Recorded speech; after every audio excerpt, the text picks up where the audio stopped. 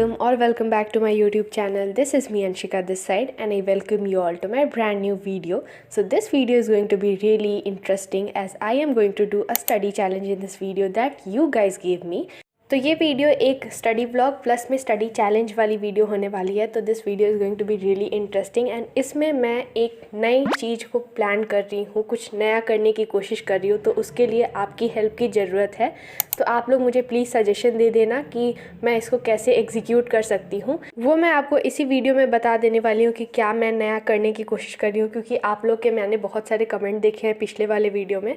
सो या without any further delay now let's get started with today's video.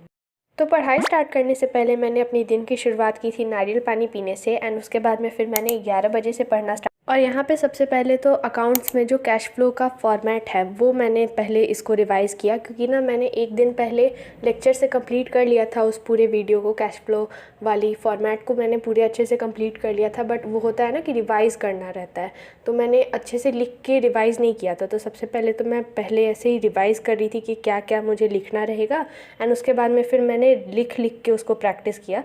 तो सबसे पहले तो मैं मतलब इन्वेस्टिंग और फाइनेंसिंग वाली एक्टिविटीज़ को लिख रही थी, क्योंकि वो थोड़ी सी कंपैरेटिवली इजी लगी मुझे ऑपरेटिंग से। तो सबसे पहले वो दोनों तो मेरे से आराम से हो गया था, बट दिक्कत कहाँ आई, जो ऑपरेटिंग एक्टिविटीज़ है उसमें काफ़ी कुछ मैटर है भाई।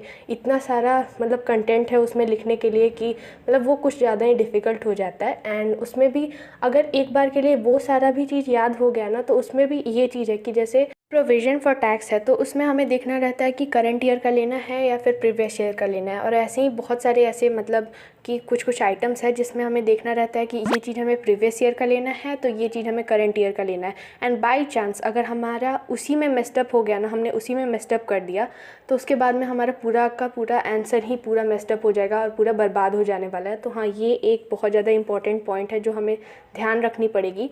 तो मैंने रिवीजन करने के बाद में एकदम से विदाउट एनी ब्रेक मैंने स्टार्ट कर दिया था कैश फ्लो का अनदर लेक्चर। एंड इसमें मैं फुल फ्लेज क्वेश्चंस की प्रैक्टिस कर रही थी। एंड मैं सच बताऊं तो पहली बार के लिए ये जो पूरा चैप्टर है मुझे थोड़ा बहुत इजी भी लग रहा था, बट जैसे ही मैंने इसका क्वेश्चन देखा ना, तो उसके बाद में लगा कि ये 6 नंबर का नहीं आना चाहिए, इसको 10 से 12 नंबर का आना चाहिए, क्योंकि भाई इसमें बहुत ज़्यादा कॉम्प्लिकेशंस है और उसके लिए हम लोग 10 से 12 नंबर तो डिज़र्व करते ही हैं। बट हाँ, ये भी हो सकता है कि सर ने बताया था कि हमारा ऐसा भी हो सकता है कि सिर्फ हमें ऑपरेटिंग निकालने के लिए आएगा या फिर इन्वेस्टिंग निकालने के लिए आएगा। बट जो सर फर्स्ट वाला क्वेश्चन करवा रहे थे तो उसमें सब चीज़ निकालना था, मतलब कि इन्वेस्टिंग भी निकालना है, फाइनेंसिंग भी निकालना है, ऑपरेटिंग भी निकालना है। तो उस हिसाब से थोड़ा सा ज़्यादा डिफ़िकल्ट था। तो इस लेक्चर को कंप्लीट करने के बाद में मैंने एक और इंग्लिश का चैप्टर देखा था, उसकी समरी देखी थी बेसिकली। तो वो चैप्टर था on the face of it. And मुझे लगा था ना कि ये चैप्टर काफ़ी ज़्यादा पॉजिटिव नोट पे एंड होने वाला है एंड ये थोड़ा सा हमें मोटिवेशन दे के जाएगा। एंड वो जो लड़का था छोटा सा बच्चा, उसका पॉइंट ऑफ व्यू चेंज हो जाएगा। लेकिन वो तो नहीं हुआ एंड उल्टा जो पॉजिटिव बात कर रहे थे वो थोड़े से सैड हो गए थे एंड उनको देख के मेरा भी मूड ख़राब हो गया। एंड उसके वजह से और लास्ट में तो हमें पता ही है कि लास्ट में क्या होता है उस चैप्टर में, तो वो थोड़ा सा सैड एंडिंग था। तो मुझे लगा था कि ये पूरा पॉजिटिव नोट पे एंड होने वाला है, बट ये अनफॉर्चुनेटली पूरा सैड एंडिंग पे नोट एंड हो गया। बट एनीवेज मुझे ना ऐसा पर्सनली लगता है ना कि 10th क्लास के चैप्टर्स काफ़ी ज़्यादा इंटरेस्टिंग थे। उसके बाद में 11th क्लास के चैप्टर फिर भी इंटरेस्टिंग थे, बट 12 वाला में तो भाई सिर्फ नेगेटिविटी सारे सैड एंडिंग पे जाके एंड हो जा रहा है। बट क्या ही कर सकते हैं, पढ़ना तो पड़ेगा ही। तो हाँ, उसके बाद में ये वाला जो लेक्चर था मतलब अकाउंट्स वाला लेक्चर, इसके बाद में मैंने इंग्लिश वाला लेक्चर देखा था जिसकी क्लिप मैंने रिकॉर्ड नहीं की थी। तो मैंने इन दोनों लेक्चर को तो आराम से मतलब जो रिविज़न करना था और लेक्चर तो मैंने एकदम टाइमली कंप्लीट कर लिया था।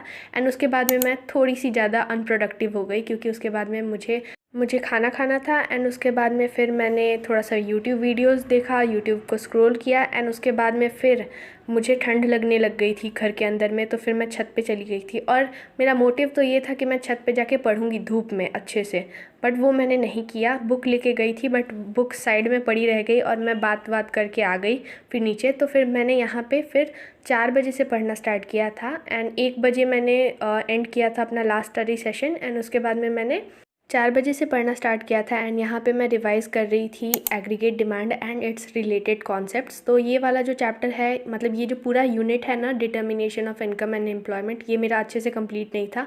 तो मैंने एक दिन बैठ के आराम से पूरा लेक्चर कंप्लीट किया था। फिर मैं रिविज़न कर रही थी, रिवाइज कर रही थी इसे। तो यहाँ पर सबसे पहले तो मैंने रिवाइज़ किया पूरे अच्छे से बुक में से, एंड उसके बाद में फिर मैं थोड़े से डायग्राम्स जो हैं उसको मैं प्रैक्टिस कर रही थी। एंड उसके बाद में फिर मैंने क्वेश्चंस भी सॉल्व किए थे। तो मैंने थोड़ा सा न्यूमेरिकल सॉल्व किया, फिर उसके बाद में मैंने एमसीक्यू भी प्रैक्टिस की थी। एंड यहाँ पे मैं आपके साथ में बताना चाह रही हूँ कि मैं जो नया चीज़ प्लान कर रही थी, जो कि आप लोग भी बहुत ज़्यादा कमेंट कर रहे थे कि हमें लाइव स्टडी सेशंस लेके आना चाहिए एंड हम दोनों साथ में मिल के बैठ के पढ़ेंगे। तो हाँ, वो मैं करने का सोच रही हूँ, बट उसके लिए आपकी हेल्प चाहिए कि किस दिन वो चीज़ करा जाए। एंड मैं बहुत ज़्यादा अभी नर्वस हूँ उस चीज़ को करने के लिए, क्योंकि मुझे नहीं पता है कि क्या रिस्पॉन्स आएगा और मैं कैसे उसको करने वाली हूँ, क्योंकि मुझे बिल्कुल आइडिया नहीं कि लाइव कैसे जाते हैं और कैसे क्या करते हैं। तो उसके लिए मैं काफ़ी ज़्यादा नर्वस हूँ। तो हम लोग एक काम करेंगे कि 10 मिनट का हम लोग एक लाइव सेशन रखेंगे सबसे पहले, और उसमें मैं सोच रही हूँ कि हम लोग फाइनेंशियल मार्केट वाला जो चैप्टर है वो रिवाइज़ करेंगे, मतलब थोड़ा बहुत रिवाइज़ करेंगे। एंड उसके बाद में हम लोग थोड़ी सी बातचीत भी करेंगे कि हमें कैसे करना है। अगर आप लोग को वो लाइव सेशन अच्छा लगेगा एंड अगर आप लोग बोलोगे कि हम लोग को और लाइव सेशंस करने चाहिए, तो फिर अगर आप लोग एग्री करोगे तो फिर हम लोग नए लाइव सेशंस लेके आएंगे। वो भी ऐसा कि मतलब हम लोग एक पूरे चैप्टर को मतलब एक बार बैठ के और अच्छे से रिवाइज़ कर रहे हैं। तो it will be a really fun session and it will be like a group study. तो उसमें हम लोग आप भी रिवाइज़ करके आना, मैं भी रिवाइज़ करके आऊँगी, एंड हम दोनों एक दूसरे से क्वेश्चंस पूछेंगे एंड साथ में ही हम लोग अपने डाउट्स भी सॉल्व करवा सकते हैं। मतलब आप लोग को अगर कोई डाउट्स का सॉल्यूशन पता है तो आप लोग बता देना, एंड अगर मुझे पता है तो मैं बता दूँगी। तो it will be a really fun session to do. तो आप लोग अगर बता देना कि अगर आप लोग इस चीज़ के लिए एग्री करते हो। एंड मैं सोच रही हूँ कि संडे को रात के 8 बजे से हम लोग ये स्टडी सेशन रखेंगे एंड सबसे पहले 10 मिनट का स्टडी सेशन होगा। और अगर आप लोग को वो स्टडी सेशन अच्छा लगेगा तो मैं और भी ट्राई करूँगी कि और भी नए नए लाइव स्टडी सेशंस लेके आऊँ, जिसमें हम दोनों बैठ के एक चैप्टर को अच्छे से रिवाइज़ करेंगे। तो यहाँ पे मेरा ये वाला चैप्टर पूरे अच्छे से रिवाइज़ हो गया था, जिसमें मैंने न्यूमेरिकल्स प्लस में एमसीक्यू की प्रैक्टिस की थी। एंड अब आप लोग एक चीज़ देखना। तो भाई एक बात बताओ, 52 नंबर वाला जो क्वेश्चन है वो पता नहीं मतलब मैंने सही किया है या नहीं किया है, मैंने ये वाला टिक किया है, ठीक है। पर ये क्या चीज़ है भाई, ये बताओ आप लोग। ए हो गया, बी हो गया, सी हो गया, डी होगा, वो तो भाई मुझे भी पता है, पर तुमको तो आंसर देना है ना, तुम क्यों नहीं आंसर दे रहे हो और उल्टा मुझे कंफ्यूज करके रख दिया। Okay, so now coming to the challenge वाला part and let's begin with that. Hey guys, तो अभी ना मैं आपका दिया हुआ चैलेंज एक्सेप्ट कर रही हूँ एंड ये मेरा पहला चैलेंज होने वाला है आप लोग का दिया हुआ।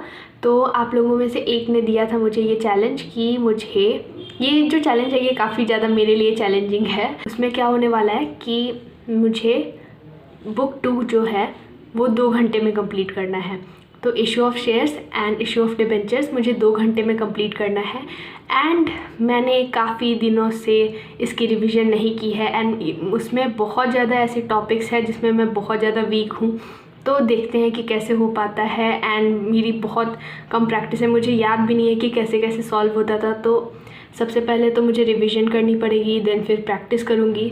तो देखते हैं कि कैसे पूरा का पूरा कंप्लीट हो पाता है या नहीं। Will I be able to complete this challenge और not, we will find this in the further clips. Without any further delay let's get started, let's try to complete this challenge. तो देखो, यहाँ पे मैंने पूरी की पूरी अपनी नोटबुक्स एंड बुक्स दोनों को मैंने अरेंज कर लिया एंड गैदर कर लिया था, जिसमें भी मैंने कुछ टॉपिक्स के नोट्स बनाए होंगे। एंड उसके बाद में मैंने फाइनली यहाँ पे अपना चैलेंज स्टार्ट कर दिया था 2 घंटे का। तो यहाँ पे सबसे पहले तो मैं कर रही थी कॉल्स इन अरियर वाले questions and calls in advance वाले क्वेश्चंस, क्योंकि मुझे हमेशा काफ़ी ज़्यादा इसमें कन्फ्यूजन रहता है। तो पहले तो मैंने वो किया एंड उसके बाद में फिर यहाँ पे ना एक चीज़ ये थी कि मेरा मोटिव था कि मैं सारे टॉपिक्स के एक एक क्वेश्चंस या 2-2 क्वेश्चंस, मतलब सारे टॉपिक्स के क्वेश्चंस को अटेम्प्ट करूँ। तो वही मैंने करना स्टार्ट किया। पहले मैंने calls in advance and calls in arrear के क्वेश्चंस स्टार्ट किए, क्योंकि उसमें मुझे कन्फ्यूजन रहता है बेसिकली। एंड उसके बाद में फिर मैंने स्टार्ट किया प्रो डाटा के क्वेश्चंस। तो प्रो डाटा मेरे से हो गया था एंड मतलब उसमें दिक्कत नहीं आई थी। बट जब मैंने फॉर फीचर को करना स्टार्ट किया तो उसमें मुझे दिक्कत आई। एंड उसमें मैं कहाँ पे फंसी हूँ कि मैंने फॉरफीट भी कर दिया, री इशू भी कर दिया, लास्ट में मुझे कैपिटल रिज़र्व में डालने नहीं आया। तो हाँ, उस चीज़ का मुझे थोड़ा सा वो लगा कि, और वहीं पे मेरी जो मोटिवेशन थी वो थोड़ी सी ऐसे ब्रेक डाउन होने स्टार्ट हो गई, क्योंकि मुझे वो नहीं आ रहा था। तो मुझे एक तो मेरे पास में टाइम की बहुत ज़्यादा कमी थी, एंड इसके बाद में मैंने ये चैप्टर्स जो हैं, ये दोनों चैप्टर्स ये मैंने बहुत पहले रिवाइज़ किए हुए थे, तो मैं सारे कॉन्सेप्ट्स को भूल गई थी। तो मुझे रिवाइज़ भी एट द सेम टाइम करना था, साथ में प्रैक्टिस भी करनी थी। तो बहुत ज़्यादा केओटिक हो गया था कि कैसे रिवाइज़ करूँ, कैसे प्रैक्टिस करूँ। तो बहुत ज़्यादा केओटिक चल रहा था ये पूरा सीन, और मैं बहुत ज़्यादा जल्दबाजी में कर रही थी। देखो, मेरे 2 टॉपिक्स छूट गए थे इसमें से, जिसमें मुझे शेयर फॉर फीचर का कैपिटल रिजर्व नहीं निकालने आया, एंड उसके बाद में जो pro rata with for feature वाले क्वेश्चंस थे, तो वो दोनों मेरे से नहीं हो पाए थे। और उसके बाद में मैंने सारा कर लिया था, मतलब जैसे कंसिडरेशन अदर दैन कैश, वो सब मैंने कर लिया था। बट इस चैप्टर को, सिर्फ इस चैप्टर को, शेयर्स वाले चैप्टर को कंप्लीट करने में मुझे 1.5 घंटे का टाइम लग गया था, एंड मेरे पास में बस आधे घंटे का टाइम था टू कंप्लीट डिबेंचर्स वाला चैप्टर। तो सबसे पहले तो मैंने डिबेंचर्स में रिडेम्पशन वाला टॉपिक करना स्टार्ट किया, एंड एट दिस पॉइंट मैं पूरी तरीके से ब्लैंक हो गई थी, क्योंकि मैंने आधा से ज़्यादा टाइम तो मैंने शेयर्स वाले चैप्टर को ही कंप्लीट करने में लगा दिया। एंड उसमें मैंने अच्छा कर भी लिया था, मतलब काफ़ी कुछ कंप्लीट कर लिया था। बस मेरे से फॉर फीचर में कैपिटल रिजर्व वाला टॉपिक एंड उसके बाद में pro rata with for feature नहीं हो पाया था, बट उसमें मुझे काफ़ी ज़्यादा टाइम लग गया था, और उसके वजह से मुझे डिबेंचर्स वाले चैप्टर को कंप्लीट करने के लिए बहुत कम टाइम बचा था मेरे पास में। तो फिर मैंने रिडेम्पशन वाला टॉपिक कर रही थी मैं, पर मैं पूरी तरीके से ब्लैंक थी कि मुझे करना क्या है, कैसे होगा कैसे होगा। तो मैं थोड़ी सी हेल्प ले लेके कर रही थी उसको कंप्लीट। बट हाँ, रिडेम्पशन वाला टॉपिक तो मेरे से अच्छे से नहीं हो पाया था, बट जो डिबेंचर्स में कंसिडरेशन वाला है मतलब टॉपिक, तो वो मैंने कर लिया था। बट हाँ, लास्ट में जाके मैंने पूरा मेस्टअप कर दिया था इसको, क्योंकि मेरे से अच्छे से हो नहीं पाया था, टाइम भी बहुत ज़्यादा कम था, एंड उसके बीच में मुझे रिवीजन भी करनी थी, क्योंकि मैंने बहुत टाइम बाद में ये पूरी बुक को टच किया था, एंड मैंने इसकी प्रैक्टिस करनी काफ़ी दिन पहले ही से छोड़ दिया था मैंने। तो फिर उसके बाद में मुझे लगा कि अगर मेरी रिवीजन अच्छे से रहती ना, तो मुझे प्रैक्टिस करने के लिए सफिशिएंट टाइम मिला था। बट क्योंकि मेरी रिवीजन भी नहीं थी, साथ में मुझे प्रैक्टिस भी करनी थी, तो इसके वजह से थोड़ा सा टाइम की कमी पड़ गई थी। बट ओवरऑल मैंने चैप्टर्स को कंप्लीट कर लिया था, बट उसमें कुछ कुछ टॉपिक्स थे जो मेरे से नहीं हो पाए थे, जैसे कि फॉर फीचर वाला, capital reserve and pro rata with forfeiture, and then उसके बाद में रिडेम्पशन ऑफ डिबेंचर्स। तो वो 3 टॉपिक्स में से नहीं हो पाए थे। But here is all the questions that I solved in this challenge. Overall इस चैलेंज से मुझे काफ़ी कुछ सीखने के लिए मिला, एंड मुझे वीक पॉइंट्स मुझे पता चले कि मुझे शेयर फॉर फीचर को पढ़ना रहेगा अभी, एंड उसके बाद में pro rata with forfeiture, and फिर से रिडेम्पशन। एंड क्योंकि इन तीनों में मैं काफ़ी ज़्यादा देर तक इसी में टाइम मैंने वेस्ट कर दिया था, तो हाँ, इस चीज़ से मुझे ये पता चली कि वीक पॉइंट्स मेरे क्या हैं, एंड कहाँ पे मुझे ज़्यादा टाइम नहीं इन्वेस्ट करना चाहिए और कहाँ पे मुझे ज़्यादा टाइम इन्वेस्ट करना चाहिए। सो या, that's how I completed this challenge, and that was like pretty much it for this video. And thank you guys so much for watching this one. And if you like this video, then make sure to like, comment, share and subscribe to my YouTube channel, because it motivates me a lot for making such type of videos for you all. And I would love to see your comments on this video. So yeah, thanks for watching.